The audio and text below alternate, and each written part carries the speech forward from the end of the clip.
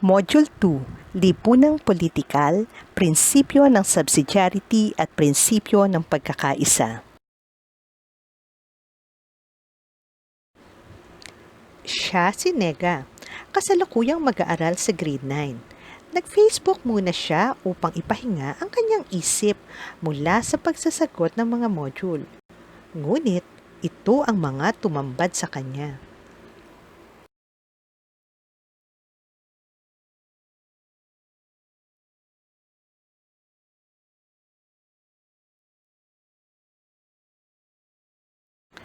Kaya siya ay napastatus sa kanyang Facebook. Hays, wala na talagang pag-asa ang Pinas. Ayoko na sa Earth.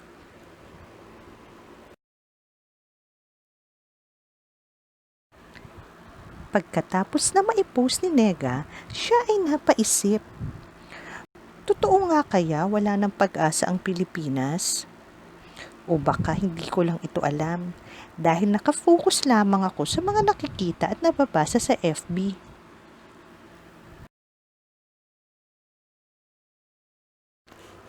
Kaya si Nega ay naghanap ng paraan upang malaman niya ang katotohanan. Siya ay nag-research hanggang mapunta siya sa mga konsepto ng lipunang politikal, prinsipyo ng subsidiarity at pagkakaisa.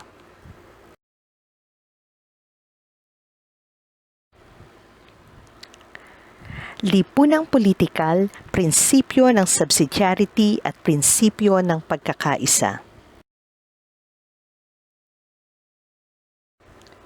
Sa Module 1, ipinakita ang tunay na dahilan kung bakit may lipunan at ang pangangailangan sa pakikipaglipunan.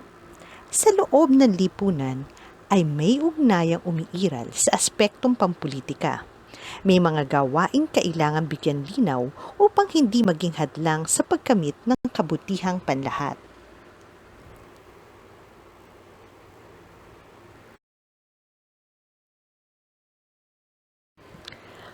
Kung pagpapatakbo ng lipunan ang pag-uusapan, sino nga ba ang dapat manguna dito? Ano ba ang mga inaasahan sa iyo bilang mabuting mamamayan? Ano ba ang mga inaasahan ng taong bayan sa pamahalaan?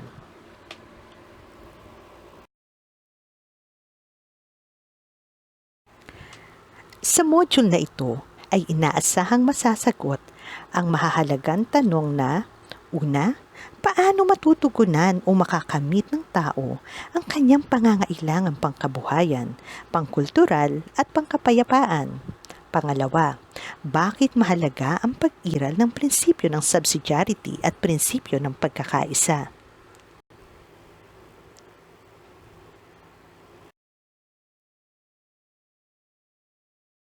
Simulan natin ang pagtalakay sa pamamagitan ng usapang barkada.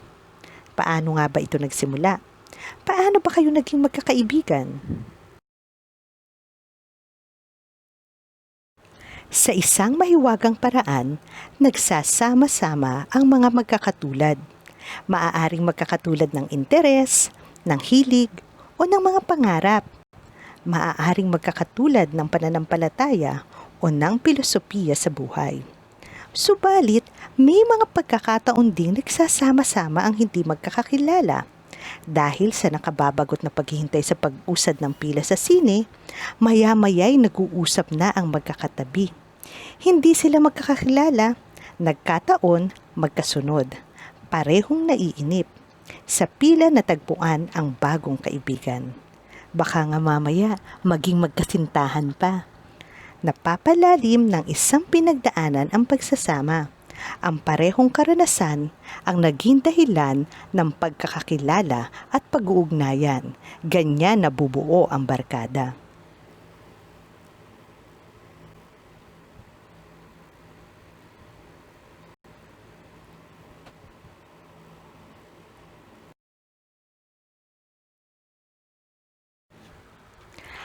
Hawig sa barkadahan ang isang pamayanan.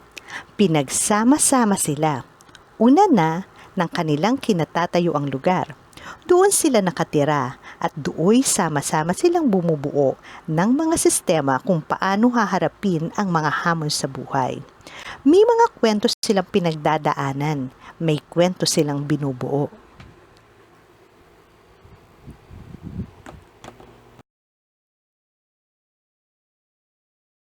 Ang kwentong nililikha nila at ang mga pagkilos upang ingatan at paunlarin ang kanilang pamayanan ay kilos ng pagbuo ng kultura. Kultura ang tawag sa mga nabuong gawi ng pamayanan. Ito ang mga tradisyon, nakasanayan, mga pamamaraan ng pagpapasya at mga hangarin sa kanilang pinagbahaginan sa paglipas ng panahon. Inuukit ang mga ito sa mga awit, sining, at ritual upang huwag makalimutan. Gabay ang mga tradisyong ito sa mga hamon sa kinabukasan. Babalikan nila ang nakaraang nakaukit sa kanilang kultura upang makita ang mga landas na mainam na tahakin sa kinabukasan.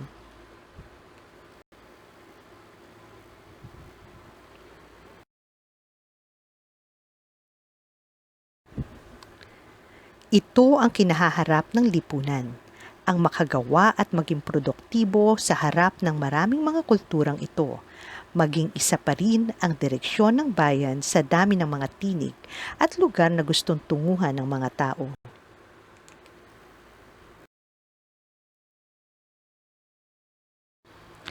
Isang pagsisikap na abutin at tuparin ang makabubuti sa nakakarami ang pagpapatakbo ng lipunan.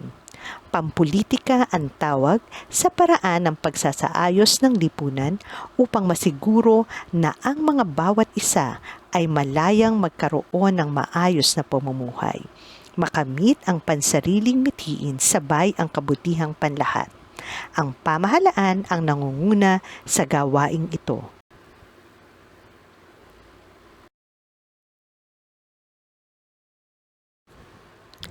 Mga tungkulin ng pamahalaan.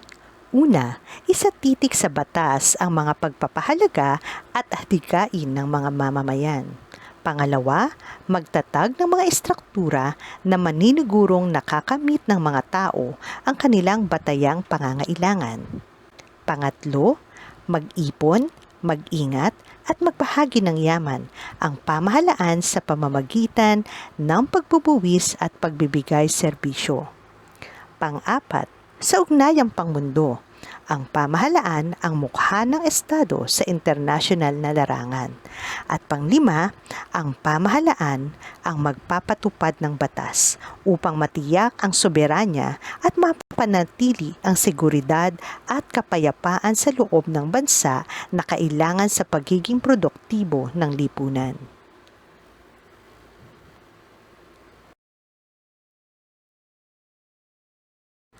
Sa laki ng tungkulin at kapangyarihan ng pamahalaan, may tukso na tignan ang pamahalaan bilang nasa itaas ng mga tao.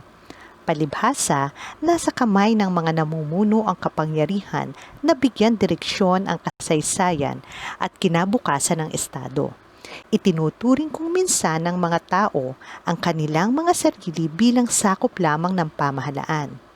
Totoo ito, ngunit kailangang idiin at ulit-ulitin na ang pamamahala ay kaloob ng mga tao sa kapwa nila tao dahil sa nakikita nilang husay at galing ng mga ito sa pamumuno at pangangasiwa.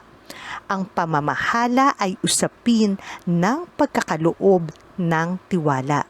Hindi iba ang pagtitiwalang ito sa ipinagkaloob natin sa mga kabarkada o kasama sa pamayanan minsan sa ating buhay.